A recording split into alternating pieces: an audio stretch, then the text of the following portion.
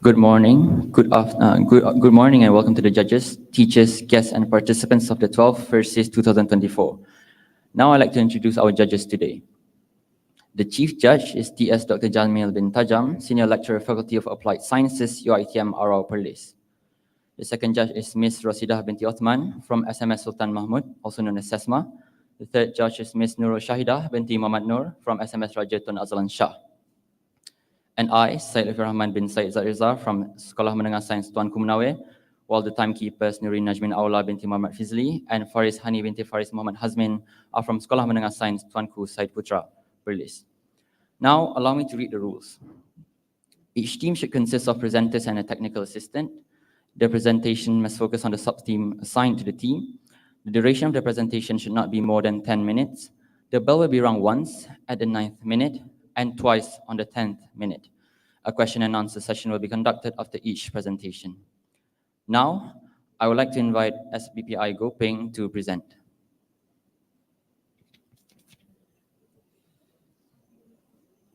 Bismillahirrahmanirrahim. Assalamualaikum warahmatullahi wabarakatuh, and good morning, everyone. My name is Dia. And I am Aisha. And our teammates Adam and Fudal are from SBPI Goping. Today, we'll be discussing a crucial issue that affects millions of people globally, the impact of climate change on food security. Specifically, we'll focus on two South Asian countries, which are Pakistan and Bangladesh, and we will explore strategies done by them to achieve zero hunger in these regions. To begin, let's understand the significance of food security and the role climate change plays in influencing it. Climate change is not just an environmental issue, it has far-reaching impacts on our food system, affecting availability, access, and quality of food.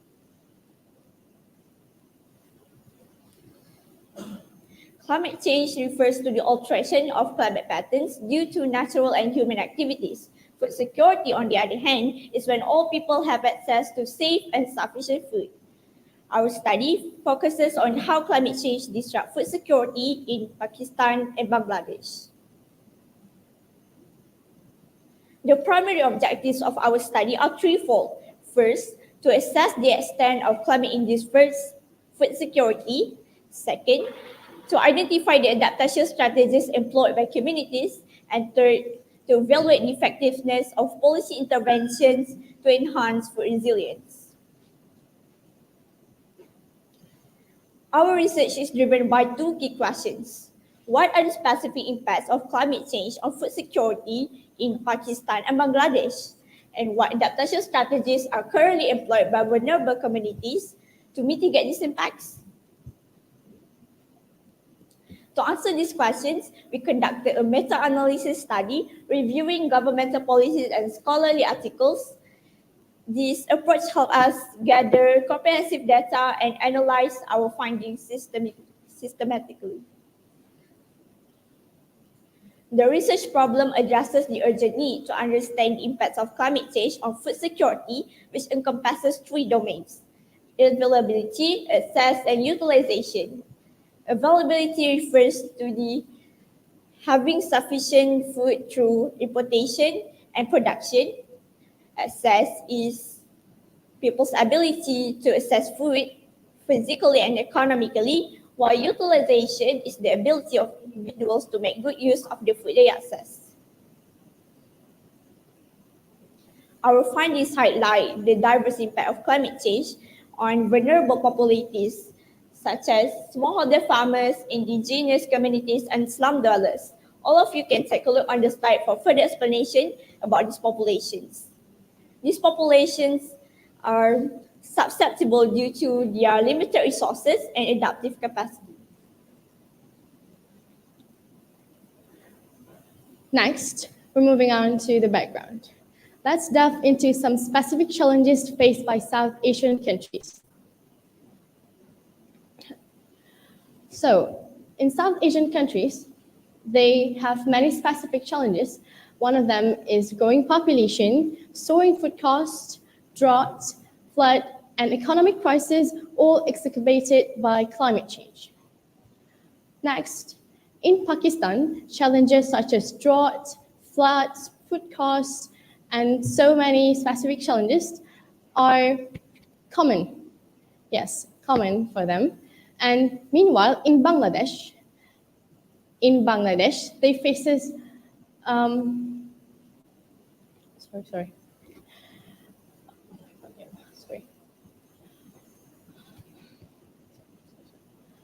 Meanwhile, in Bangladesh, domestic food price inflation remains high, and that caused nearly 282 million people suffer from high levels of acute hunger in 2023, according to the World Bank. Next. As you can see, South Asia has 15.9% of hunger rate. That is significantly higher than the global rate, that is 9.3%. And over 25% of the world's population, this region's food security is crucial. And projections indicating 40% population increase in the next 3 decades. Next, please. So here are some current challenges faced by South Asia, and one of them is drought, escalating food prices, environmental degradation, and the others. Next, please. So, moving on to the country-specific observations, Afghanistan has the highest hunger rate, followed by Pakistan. Meanwhile, Nepal, Maldives, and Bhutan have shown improvement, but India and Bangladesh are expected to continue grappling with high hunger rates. Now, let's summarize our key findings. Climate change disproportionately impact vulnerable communities, and while there are various adaptation strategies, policy interventions often remain fragmented and insufficient. Our study focuses on assessing the extent of climate induced food insecurity, adaptations, identifying the adaptation strategies employed by communities, and evaluating the effectiveness of policy interventions to enhance food resilience. Now, let's talk about Bangladesh. Bangladesh faces severe food insecurity due to overpopulation and decreasing of land-to-human ratio. There's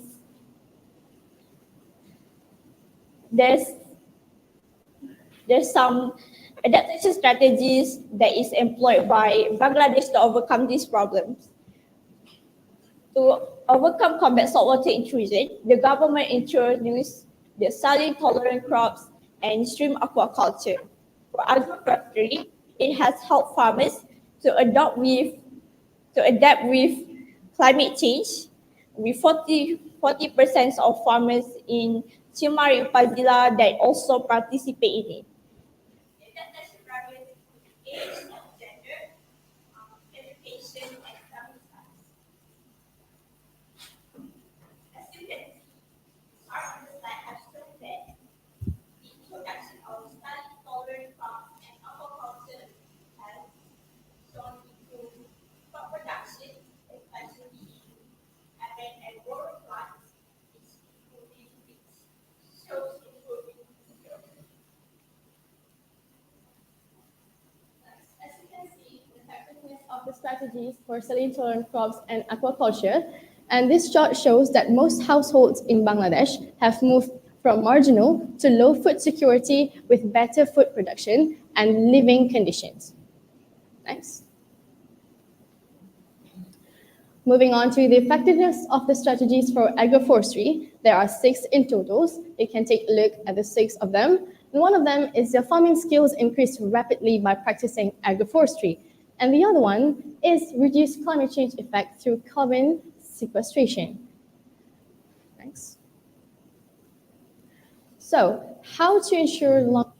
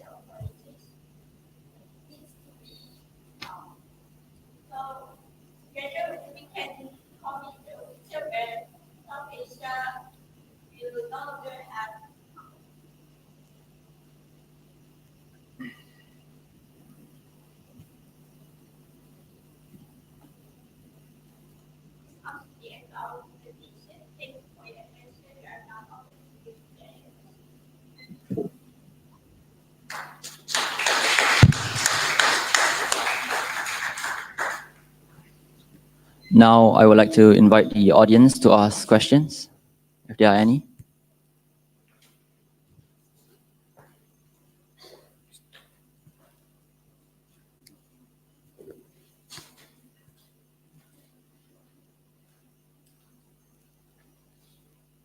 If there are no questions from the audience, I would like to invite the judges to ask any.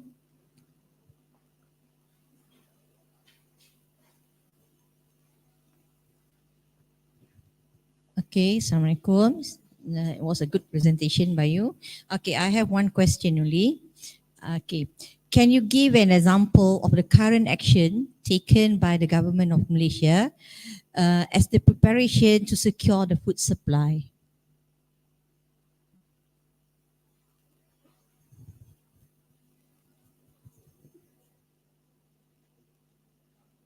Can you repeat the question, please?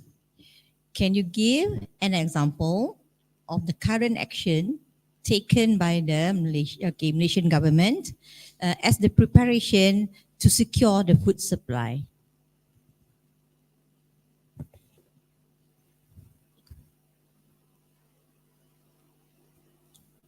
Thank you for the questions. Okay. In Malaysia, there are current adaptation strategies like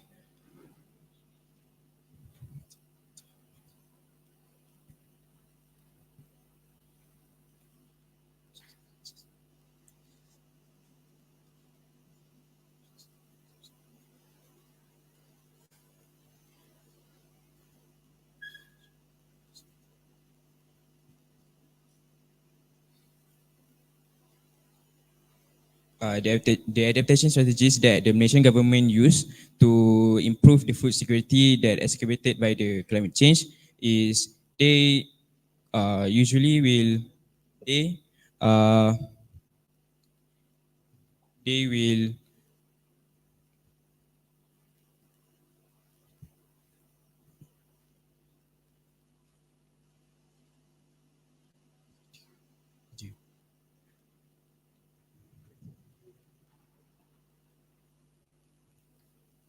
they will use like climate crop resilient to improve the productivity of the food, and we also and it also can improve it also can strengthen the food causes by the climate change to improve their protection and their productivity. Thank you. Any more questions?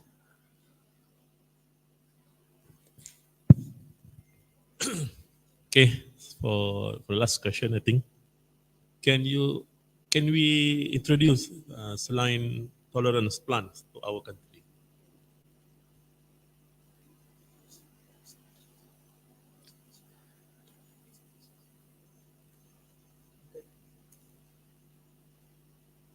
Can you please repeat the question, please? Can we introduce saline tolerance plants to our country? And also what type of plants?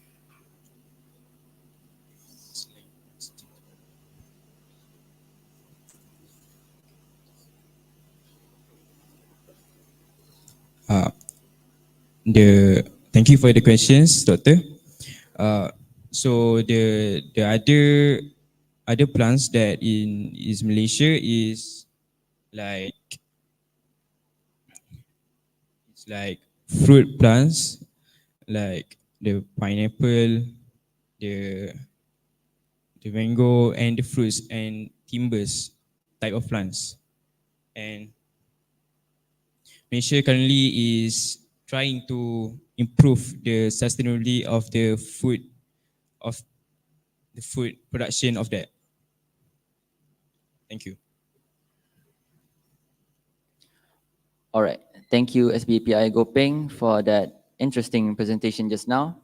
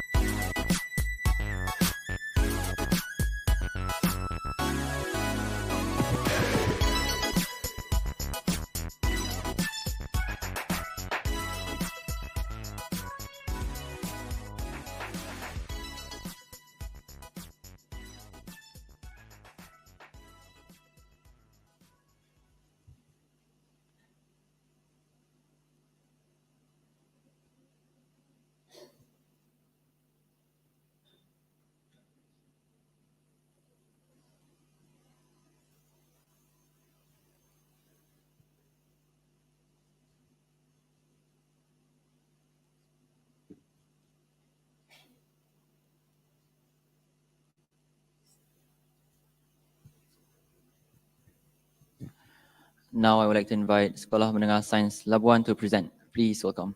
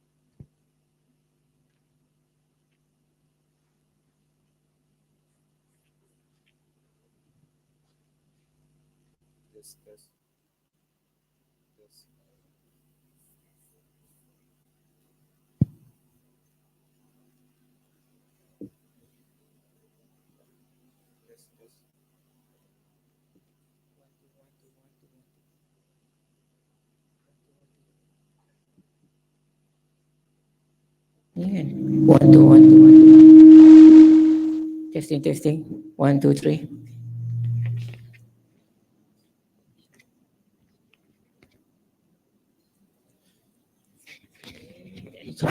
One two 1 2. Okay.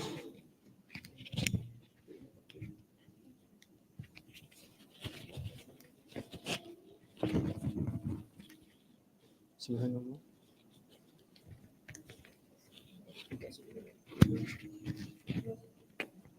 Test. Yes. Subhanallah. Subhanallah.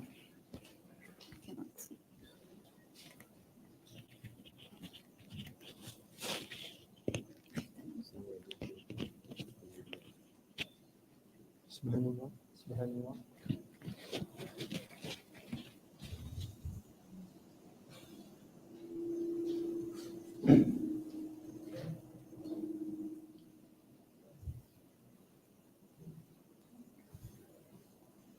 Bismillahirrahmanirrahim, Labuan encounters food-related hurdles, including navigating the climate change impact that poses additional threats to the food production and food availability in Labuan. Hence, we are here to unearth the plausible solution for this problem. Presenting under the framework Zero Hunger, advocated by United Nations, I extend a warm welcome to our esteemed judges, timekeepers, student moderator, rapporteur, and all members of the floor to our research presentation. I hope that everyone finds enjoyment and gain knowledge from our presentation, as we have focused on our title, Securing Abundance, Optimizing Yields in the Pearl of Borneo, aligned with the sub-theme given, Building Resilience, Adapting to Changing Climate Patterns in the Food Sector. Assalamualaikum and a very good morning. We're from Sekolah Menengah Sains Labuan, and my name is Muhammad Adam. Together with me is Anna Vivian and Rosella Hazel. Let's not forget the man behind the scene, Farish Imtiaz, who is our technical assistant. Today, we'll be presenting 8 agendas and will include the references at the back of our slides. Ladies and gentlemen, let's start with the background of study. Labuan is one of the federal territories in Malaysia, and it is less developed compared to Kuala Lumpur and Putrajaya, as it doesn't commercialize agriculture and animal husbandry, which led to a lack of food resources in Labuan.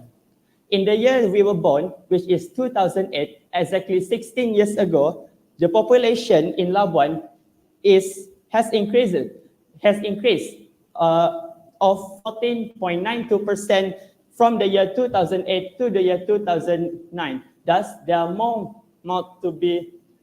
We need to produce more food as there are increasing amount of mouths in Labuan. We move on to climate change. Climate change refers to long-term shift in temperature and weather patterns, and it affects soil composition, rain distribution, and temperature regulation, leading to unexpected weather patterns and phenomena. Next, what is SDG 2? Sustainable Development 2 is a pivotal element in United Nations 2030 Agenda for Sustainable Development.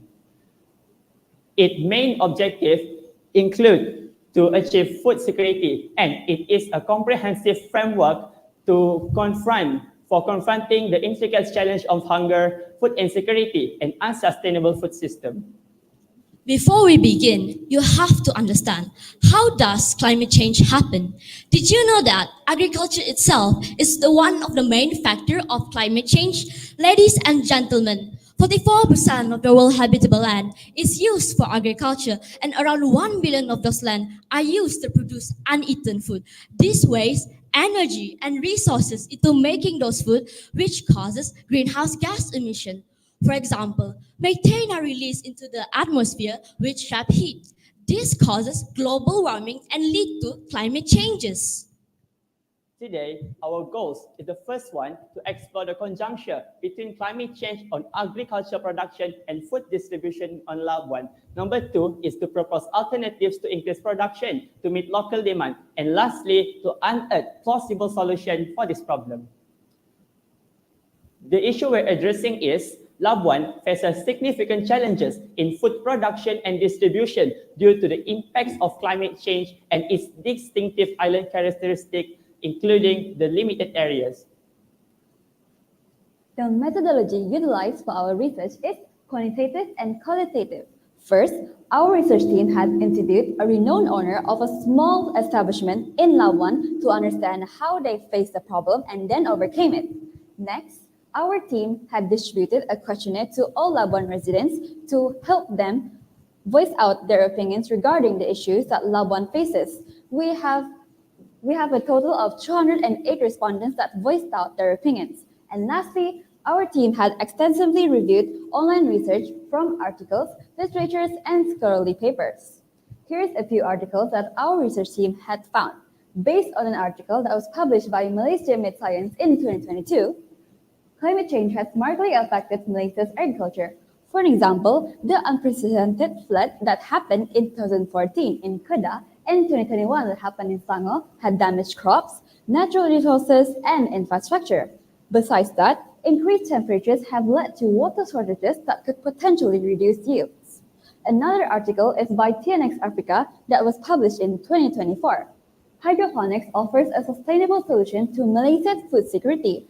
This is because hydroponics uses 5% less water rather than traditional farming, ensures resilience, and has various farming capabilities.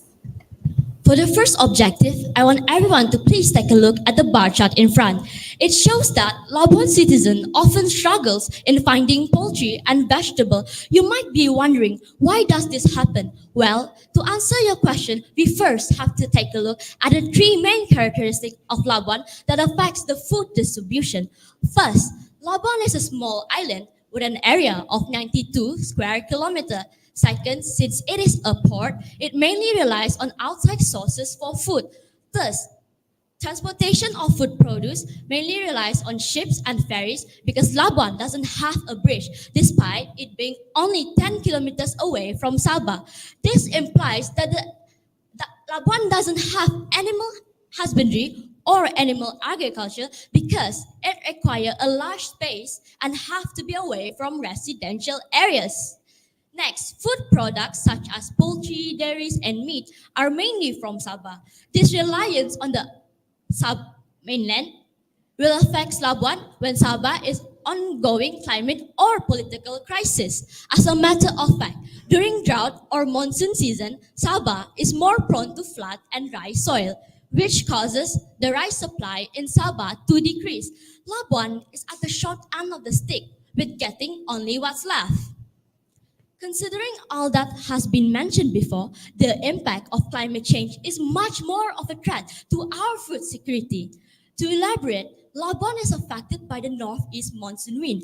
Due to climate change, it causes the frequency and magnitude of rainstorm to increase, which causes flood and landslide. Furthermore, climate change causes drought to be more intense and longer lasting in Labuan. Both of these situations prevent Labuan's agriculture from thriving. Now, as proof, I want everyone to take a look at the graph in front. We take 3 months of the highest temperature. First, January because it is the coldest, March the hottest, and December because it is at the end of the year. Now, during 2011 and 2023, the temperature seems to be steady, but as we take a closer look, in 2024, there's a noticeable increase in temperature with January at 33 degrees Celsius and March at 34 degrees Celsius. This shows that the temperature in Labuan is indeed rising. Before we propose the most suitable alternative to answer our second objective, our research team had explored and discovered 4 possible solutions, one of them being high-tech greenhouse. High-tech greenhouse is driven by AI that controls variables such as water and temperature. However, implementing high-tech greenhouse requires high budget and advanced technology. Next is hydroponic. Hydroponic can be utilized anywhere and anytime. However, it requires initial investment. In addition, circular agriculture. It involves agricultural biomass that produces food to renewable resources to reduce waste. However, authority permission is needed to exist in animal farm. Lastly, floating rice. Floating rice reduces deforestation and adapts to flood. However, the river in Labuan is unsuitable. Ladies and gentlemen, the most suitable alternative that we are proposing to answer our second objective is hydroponic. Hydroponic addresses water scarcity and poor soil quality by reducing 5% of water rather than traditional farming. This can be easier for larger scale farming and vertical farming. Ladies and gentlemen, let's take a look at Objective 3. We have conducted an interview with Labuan Lettuce King, Mr. Tommy Teo, also the owner of Labuan Farm Shop, and he just won the Asian Sustainable Tourism Standard 2024. From this interview, we have found that Labuan fresh produce mostly come from mainland Sabah, and it uses high amount of pesticides that harm our health, and there is no initiative from governments to overcome this problem. So, Mr. Tommy built 2 greenhouses that use hydroponic method and water recirculation that led to less water usage. The waste is also well managed as the failed produce is turned into organic fertilizer, and the electrical usage is also minimum as it only used for the water pump. and they distributed their products to the local supermarkets, restaurants, and their own farm shop market. We have come to the conclusion that no one is willing to take the risk and adapt to changes because implementing new methods are extremely high cost and require patience. Taking everything into account, the government plays the most important role because they have the ultimate power to provide for its state, especially during this era of climate change. Here are our references, and with that, we end our presentation, and we're open to members of the floor for a Q&A session. I would like to invite the audience for any questions.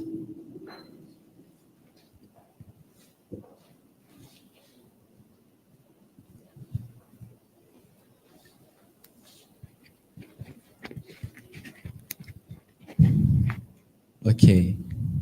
My question is, what are the other ways to get food supply other than Sabah?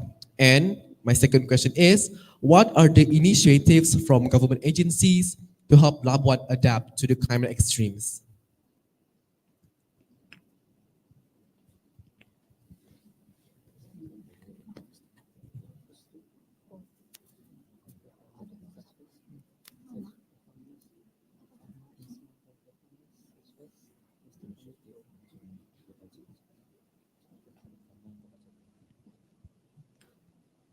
Shall I answer this question?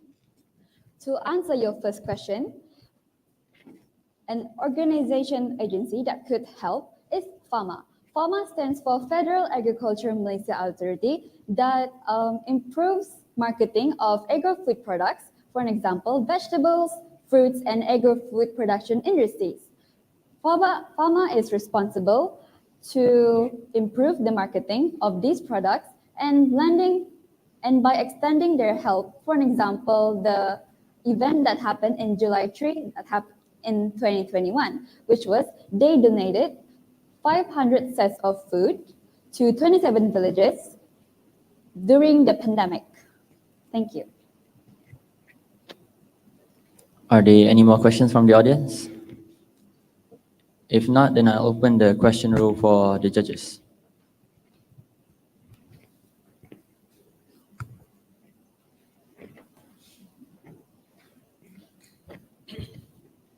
Okay, I have one question.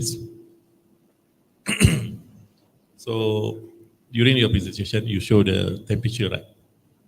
So how does climate change impact food security at the Labuan? Thank you for the question. Well, how does climate change impact food security? As we know, climate change will increase the temperature, and Labuan is already hot. With climate change becoming the driving force, it will be going to be hotter than it was before. Therefore, we're going to have longer drought season. And when there's longer drought season, crops, plants, and other yields will start to wilt. And especially Labuan has short water shortages. When with droughts and our low water shortages, it's certainly going to impact the crops yields. Thank you. Thank you, SMS Labuan, for that interesting presentation just now. Hope the audience learned something new. You may leave the stage.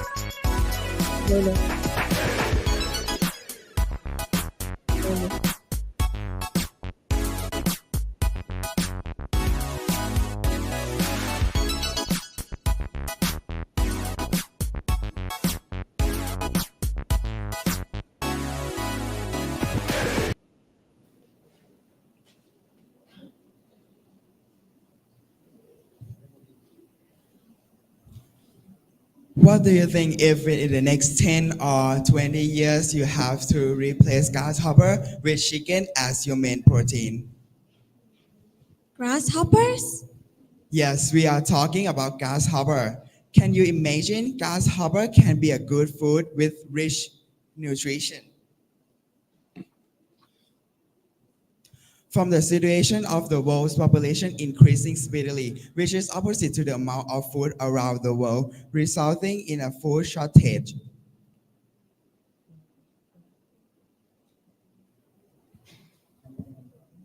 Hello, my name is Hanif Pasana. My name is Denna Babiden. And my name is Nawi Banjor. So we are from Princess CHULABHORN Science High School student. And now we will be presenting a topic of Grasshopper Kelopok. Okay, so first I want to show everyone why I'm interested in studying this. At present, protein nutrients are insufficient for consumption due to the population that trend to increase continuously. The team found that grasshoppers are relatively high in protein, which can replace protein from other animals.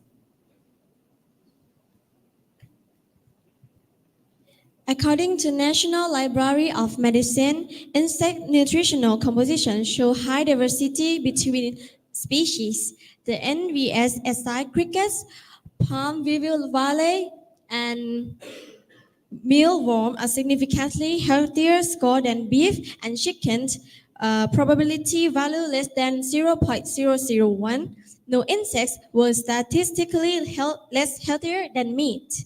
So next, I would like you to move on to the next topic, climate change.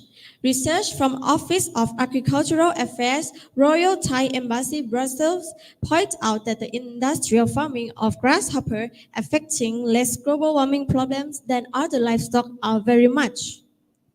We can see that the farming industry of grasshopper release carbon dioxide less than livestock 75%.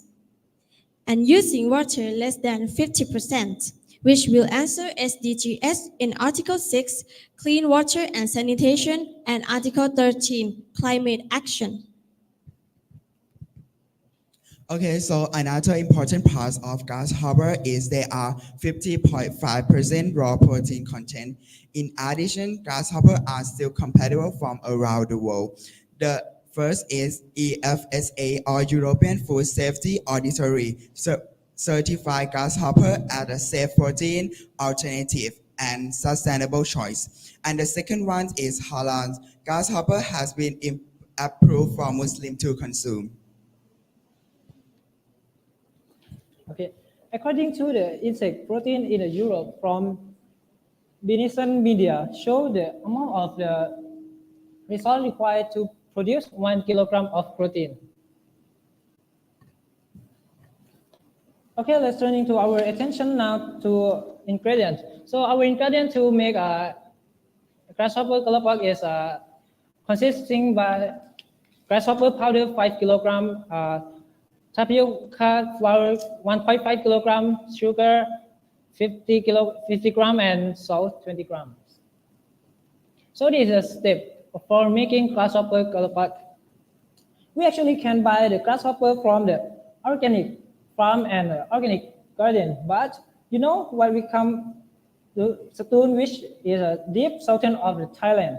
In SATUN, our nature, our environment is very good in the economic ecosystem, and so is environment in our hometown allow grasshopper to come and stay. That's why we can find the grasshopper easily.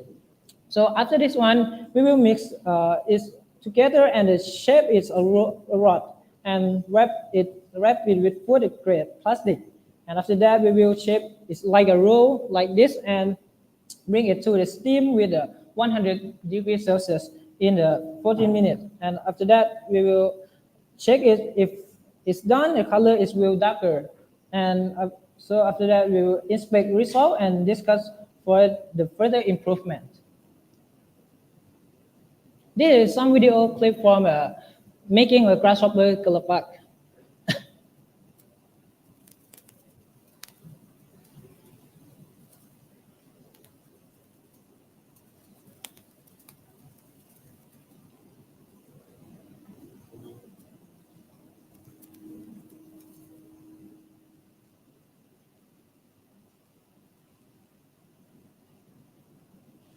And this is our prototype of our product. People nowadays seem to care more about their health. I have seen a lot of commercial products such as granola, dry fruits. And so what about our grasshopper snack? Grasshopper snack? Yes, it could be beneficial as well. So there is the lab result from Central Laboratory, Thailand. You can scan the QR code to see the result. So the laboratory Thailand have confirmed that the amount of the protein is 13.96 grams of 100 grams. And the energy is 240.54 kilocalories from 100 grams. Can you see how grasshopper can be a healthy food? But instead, you have seen from this the standard lab have confirmed already. That's all I have to say about the future development and target. First, we will start with future development. The first is creating jobs for the community. Second, making money from the community by selling grasshopper Kelopok. And third, developing it into other products to increase widespread recognition. Next, we will go to the target group. 1. Individuals seeking high protein intake. 2. Individuals with malnutrition. And the last 3, individuals with an interest in health maintenance. And finally, on behalf of the Princess CHULABHORN Science High School students, we are appreciated and delighted to be a part of this memorable moment. Thank you for your warm welcome and for always taking such good care of us. Last but not least, before we end our presentation, we would like to tell you that skip to sustain grasshoppers, Hunger Games. Thank you.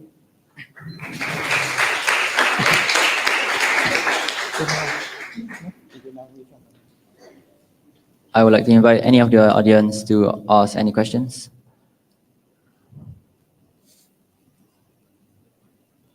If there are no questions from the audience again, I would like to open the room for the judges to ask any.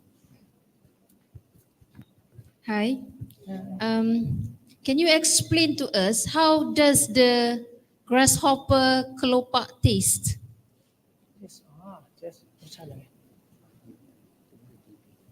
And is it becomes one of your main food there in Thailand? Thank you for your question. The first question is taste, right? This Kelopok, grasshopper Kelopok is like you ever eat Kelopok, right?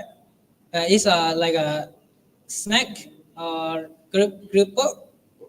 Yeah, like that. That Kelopok is keropok. Yeah, yes, like that. And we develop it in use grasshopper, and this food is like a local food in our country.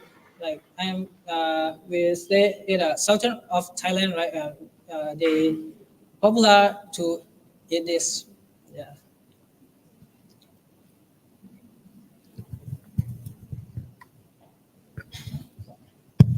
Okay.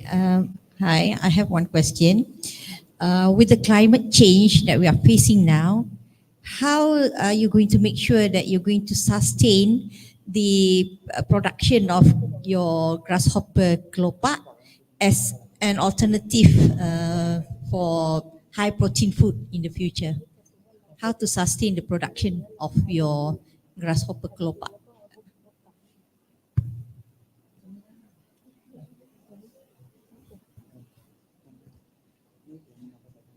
The grasshopper have most protein and it's is Okay, so our grasshopper Kelopok is good with the environment, is cheap cost, and is have high protein and low energies. Thank you. Thank you to Princess CHULABHORN's High School, all the way from Thailand. I'll make sure next time I go to the gym, I'll bring some Grasshopper Kelopok next time. You may leave the stage. Thank you. Thank you so much.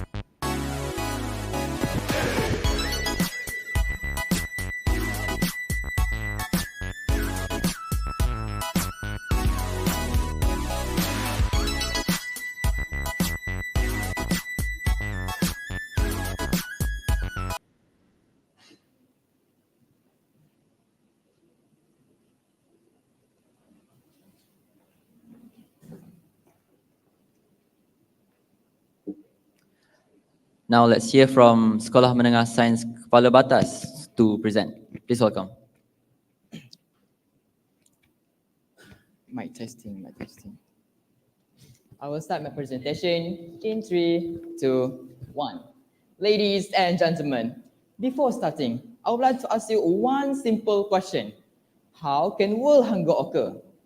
Of course, there are many factors that lead to the world hunger itself. But the real question here is, how can we prevent it from occurring?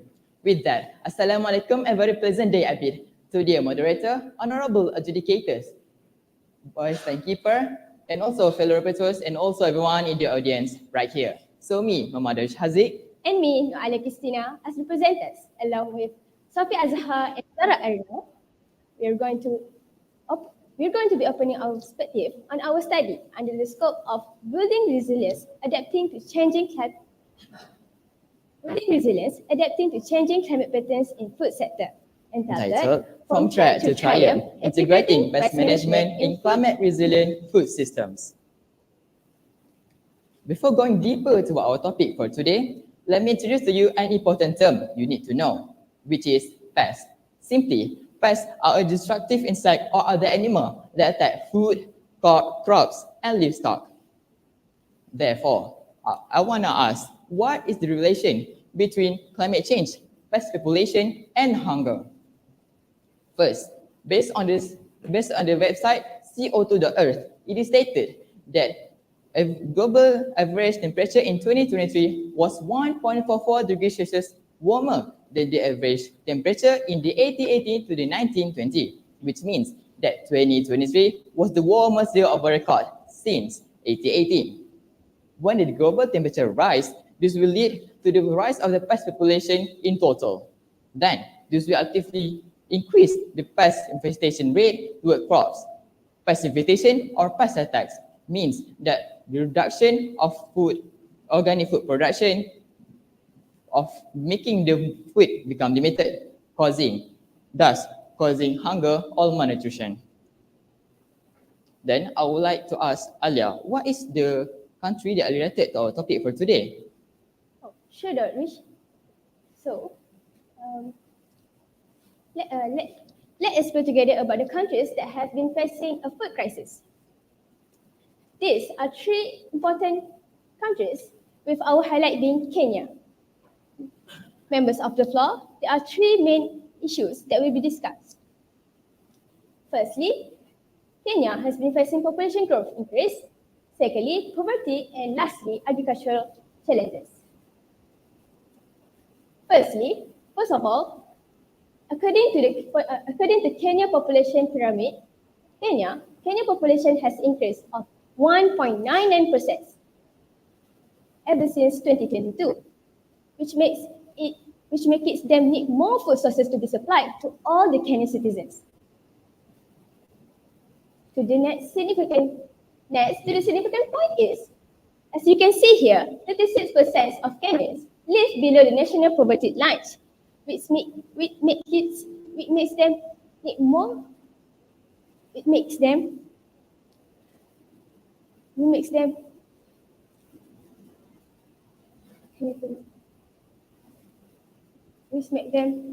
more.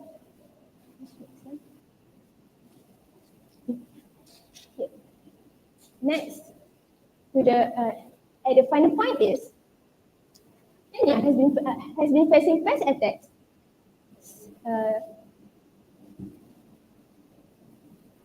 Such the one that occurred on 1st October 2020, 8 September 2021, and then lastly, the most recent year that happened on 27 February 2024, which is the papa farmers in Bariga country experienced heavy losses as mealybugs destroy half their crops by coating the fruits with white wax. So here is our problem statement.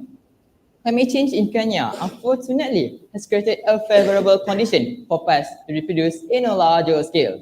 These pests are prone to seek for easily accessible food sources, which is probably crops and food yields. Then, this situation will significantly affect the citizen of Kenya by causing the reduction of food that come from the organic food, which is farm and crop yields. Thus, by saying that, we can conclude that exacerbation of pest infestation due to climate change is resulting in heightened damage to crop, therefore contributing to escalation in food insecurity, specifically in Kenya. So, Alia, I would like you to continue the presentation regarding our research objective for today. Thank you, Darish. So, there are three research objectives for today's topic. First, it is to assess the extent to which climate change has affected pest populations. Secondly, it is to demonstrate that climate change and the rising pest population are significantly impacting the global hunger. And lastly, it is to refine and optimize an existing solution for more effective for more effective resolution of this problem. So, moving on to our methodology for this study, there are three for this study. First and foremost, we use an umbrella review. Umbrella review is a type of review that examines systematic reviews or meta-analysis.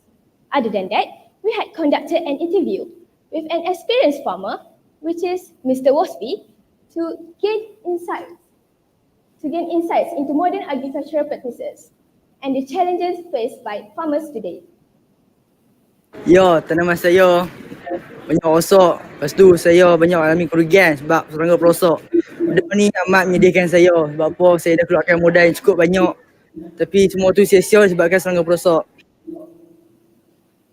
So here we can conclude that pests are being a big problem towards farmers. This causes farmers to not only experience losses in the form of crop yields, but also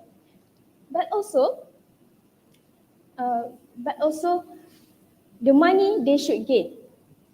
After all of that, here are our findings. Kenya's tropical climate foster the growth and the spread of pests, making them difficult to eradicate once they are established. Then, this presents a significant management challenges as controlling these pests are time-consuming and even costly. Then, new diseases and invasive pests are threatening Kenya in terms of food insecurity or even environment all around Kenya. Then, while talking about pests, here are some of the examples of what pests are there in Kenya according to a survey that has been conducted there. From the statistic, we can see that most of the farmer in Kenya has encountered basically the same pest, which is aphid, a pest that is prey on the several hundreds of plants in Kenya. Alia, can you lead us towards deeper on our topic for today? Okay, I'll take from here and discuss about the Kenya Global Hunger Rate. As you can see here, Kenya ranks 19th out of 125 countries in the 2023 Global Hunger Index, which is the level of hunger index in Kenya is categorized as serious.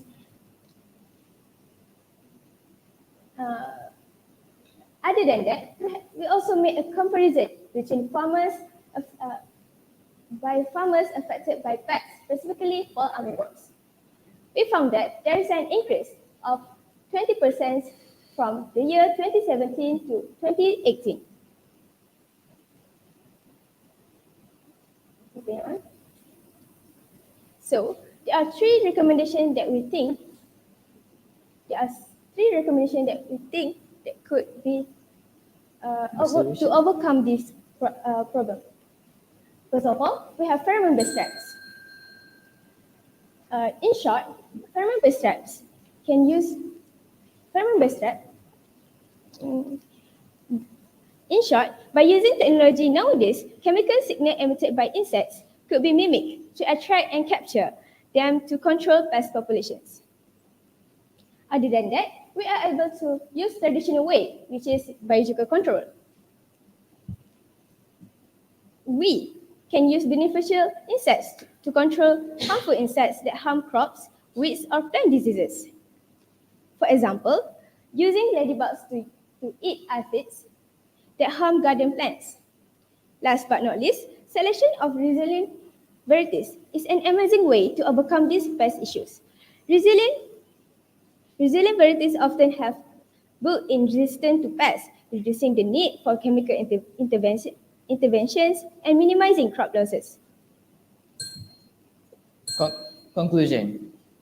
So after all of this discussion, is it really matter to address the issue of food shortage is caused by the pest infestation nowadays?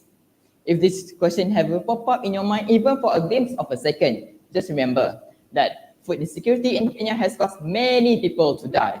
Their death could be caused by even the food security itself or even the disease spread among people nearby. As younger generation, we believe that pests are being a big problem towards farmers. By making these new changes now, we strive for a better future for ourselves and even future generation. With that, Assalamualaikum and thank you.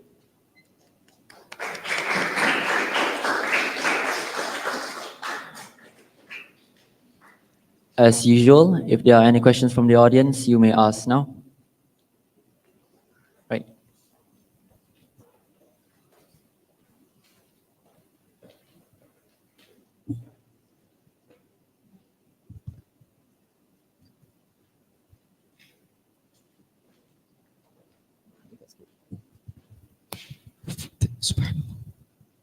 My question is, can you give me a solution that can be used to prevent pest infestation in Malaysia?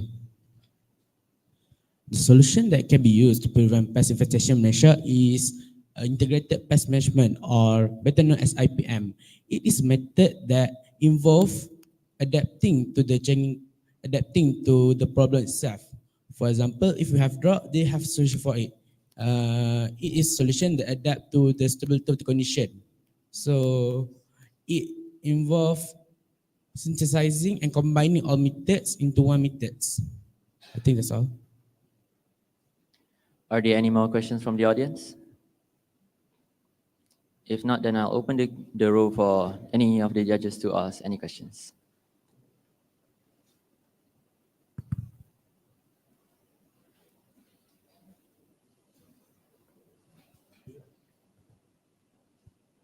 Okay. Quite distinct, your presentation. Just one question for me.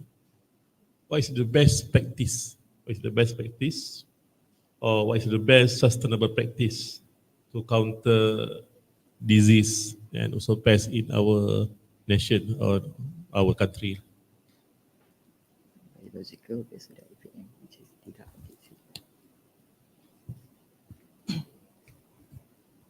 Can you repeat the question again? Sorry. What is the best practice to counter or to mitigate these problems? Okay, thank you for your question. For me, I personally think that the best solution that we can use to mitigate this issue is by using the biological control based on the IPM that has been stated by my friends here, which is the updated version of biological based on the condition and the climate change, which is changing time to time.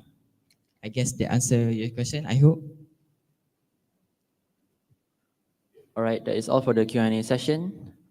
Thank you to SMS Palatas for the fascinating presentation just now. You may leave the stage. Thank you.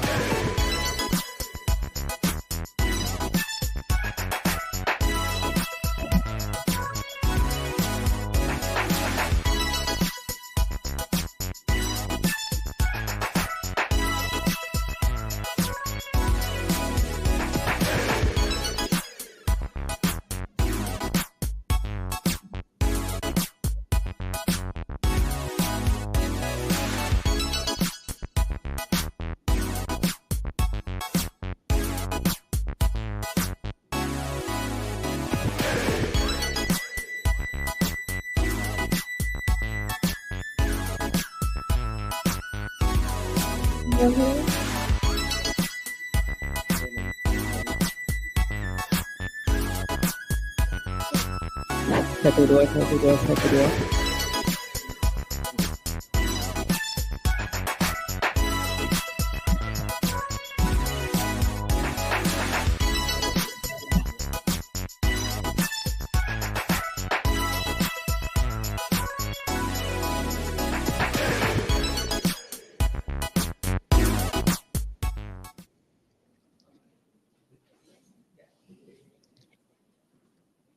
Now, I would like to invite SMS Sultan Muhammad JIWA to present their presentation. Please welcome. In recent decades, climate change has become a severe issue that can threaten the planet, people, and environment. Frequent severe droughts, heat waves, melting glaciers, and escalating sea levels directly harm the animals alongside their territories and disrupt the well-being and societies of people. According to the National Oceanic and Atmospheric Administration, NOAA, 2021 was ranked 6th as the warmest year on record compared to the year 1880 until now. Similarly, in Malaysia, unpredictable weather conditions pose significant challenges to local farmers, leading to struggles in maintaining crop production. Other challenges are deteriorating soil quality, which subsequently leads to other problems such as price hikes and crop deficiency during festive seasons. Interestingly, research has found that organic farming can mitigate the effects of unpredictable weather conditions through several key practices that enhance resilience and adaptability.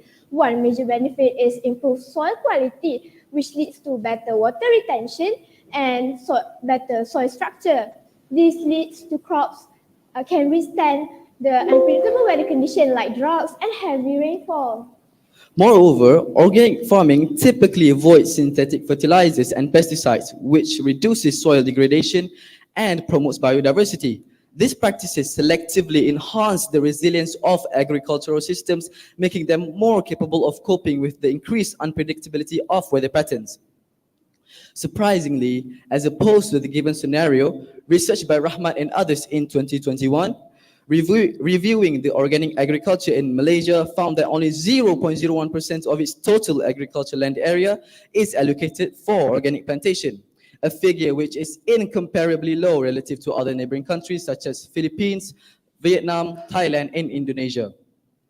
This brings us to a bigger question, that is, if organic farming is so great, so beneficial, why are we not adopting it as if our life depends on it? What are the challenges what are the factors and issues faced that are stopping us from doing so? This brings us to our research that we wish to present today, that is, Seeds of Change, are you ready for organic farming? Assalamualaikum and a very good afternoon to the honorable judges, to the respected teachers and members of the floor. Before we proceed any further, let me introduce myself and my team members. My name is Awa Humaira and this is my partner, Muhammad Naufal Muaz. Our team members, Nurul Ifa Akila and Amir Hadif. Last but not least, our beloved teacher who has been our guiding light and driving force, Madam Wasniza binti Othman. We are from Smart JIWA.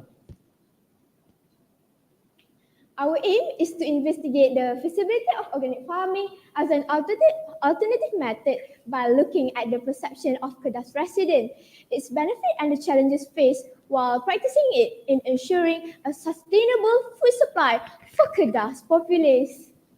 The objectives of the study are to examine the Kedah residents' perception towards organic farming, to explore the challenges faced by the Kedah residents while being involved in organic farming, and to explore the benefits of organic farming in terms of food security and resilience in adapting to climate change. To answer these research questions, the mixed method design was chosen to provide a better understanding of the research problems. The mixed method design selected is sequential design, which is sequential explanatory mixed method design, QuanQual, alongside text analysis. To accomplish the objective and to answer the research question, an online survey questionnaire was carried out. The questionnaire, which was adopted from another research question, includes two parts, which consist of 20 questions using 5 Likert scale ranging from totally disagree to totally agree. The information and data gathered are used in assisting the face-to-face interview mainly for the purpose of identifying the informants. 5 respondents agreed to be interviewed and hence they are chosen as the participants for the qualitative phase. The 2 types of data were then integrated to explore the themes and sub-themes which emerged from the finding. As for text analysis, 5 research papers, which include the main highlight is the benefit of organic farming, were looked into. They were coded and emerging themes were identified. For the quantitative phase, we use descriptive statistics to analyze the data. For the text analysis and interview, we analyze it using thematic analysis. Before we proceed any further, let us watch a video of our journey to the one and only organic paddy field in Malaysia to learn more about organic farming.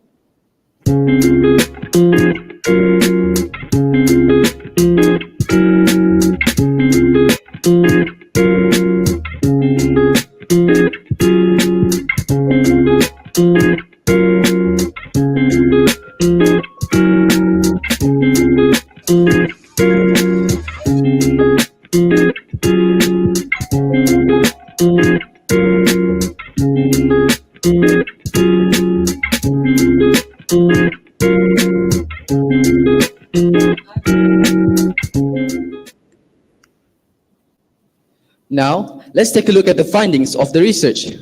The survey included 289 Kedah respondents in all, with the majority of it is from the working class adult group, that is 65.1%. From the survey, we found that 64.1% of the respondents agreed that they are familiar with organic farming. Furthermore, 98% of the respondents agree that organic food is healthier than non-organic food. Additionally, organic farming has a positive impact on the environment. On the second part of the questionnaire, focusing on Kedah residents' adoption of organic farming, 70.3% of the respondents said that their main concerns of organic farming is that it requires higher costs, and 85% said that it requires time and effort. Even though 93.4% of the respondents are involved in farming in one way or another, only 24.5% of it are adopting organic farming. Among the reasons that can explain why they are not adopting organic farming is that they are not familiar, they don't have time to use organic fertilizers, and they do not know the process of organic farming. This highlights a sharp contrast of what they feel and what they are doing. Hence, it suggests minimal understanding and adoption of organic farming. From the 289 respondents, 71 respondents are adopting organic farming, answered the second research question regarding the challenges faced by Kedah's residents. 12% agreed that organic farming requires higher costs, while 11% said that they lack of knowledge to practice organic farming. 20% agree that organic farming is time-consuming, while 28% agrees that organic farming requires higher costs. From the interview done towards 5 organic farmers, through the qualitative phase, it is found that among the challenges faced by organic farmers are extreme weather conditions, labour shortage, which leads to higher costs in maintaining the farm, and pest-related issues. Among the benefits of organic farming is that it conserves water through the use of slow-release fertilizers. This means that it doesn't require as much water as compared to conventional farming. Apart from avoiding man-made toxins, this becomes an essential part of creating healthy, resilient watersheds, which can help in conserving water and deal with extreme weather such as drought. Other than that, organic farming minimizes pesticides use, avoiding chemical pesticides and fertilizers commonly used in farming.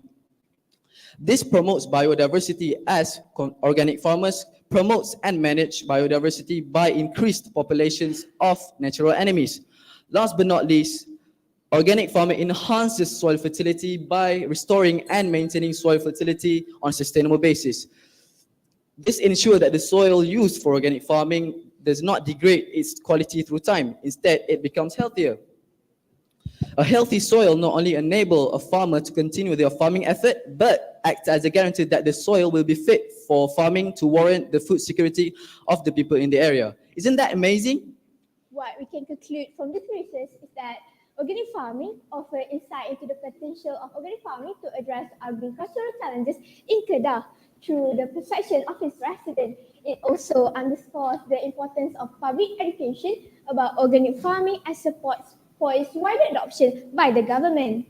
The recommendations through this research include raising public awareness through educational campaigns, community outreach, and accessible information channels to promote the environmental and food security benefits of organic farming.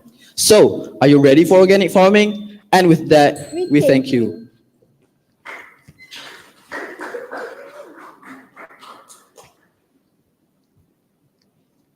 As usual again, I would like to invite any one of the audience to ask any questions.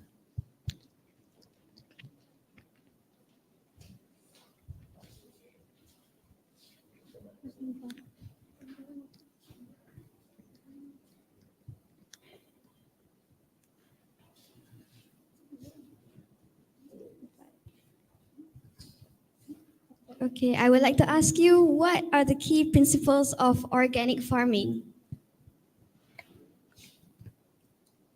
The key principles of organic farming that I can give is like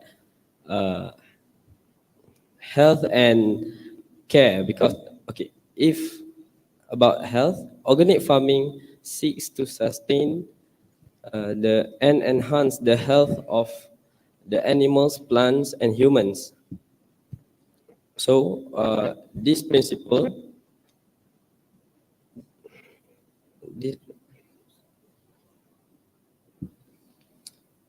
for care, organic farming managed with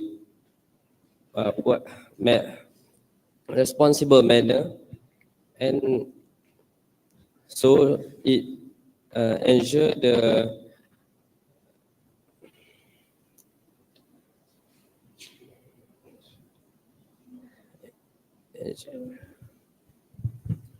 safety of the current generation and future generation and the environment.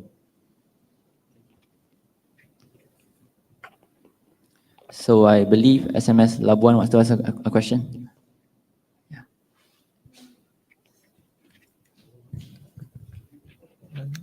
Assalamualaikum. My name is Mohamad Adam from SMS Labuan, and my question is, how far are you sure that we can achieve food security and zero hunger by organic farming, as we are moving towards high technology agriculture? Thank you.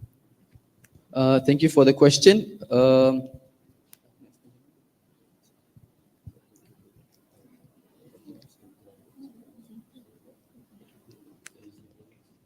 So if I'm not mistaken, you said that how can this guarantee food security for the future if the technology keeps advancing, right? So since you know climate change is becoming more severe right now, right? And sometimes farming uses a lot of water, okay? But organic farming uses minimal water because they Four times less water usage. They use 4 times water usage than conventional farming. 4 times less. 4 times less water usage than conventional farming. Well, I hope that answered your question, SMS Lawan. So I believe that's the last team for today's session. I'm sorry, but for every team, it's only limited to 2 questions. Really sorry. So I would like to thank all of the teams for their presentations. We went all the way from Labuan, how there's no bridge from Sabah to Labuan, to Thailand, where we learned how to make Grasshopper Kelopok. And we went to Kenya also. Yeah. So thank you, everyone. Thank you to TS Dr. Jamil, Miss Rosida, Miss Nurul Shahida. And again, my name is Syed from SMS Tangkung Nawe, and it's never been a better pleasure and an honor to be your moderator for today. Thank you all. Wabillahi taufiq wal hidayah. Wassalamualaikum warahmatullahi wabarakatuh.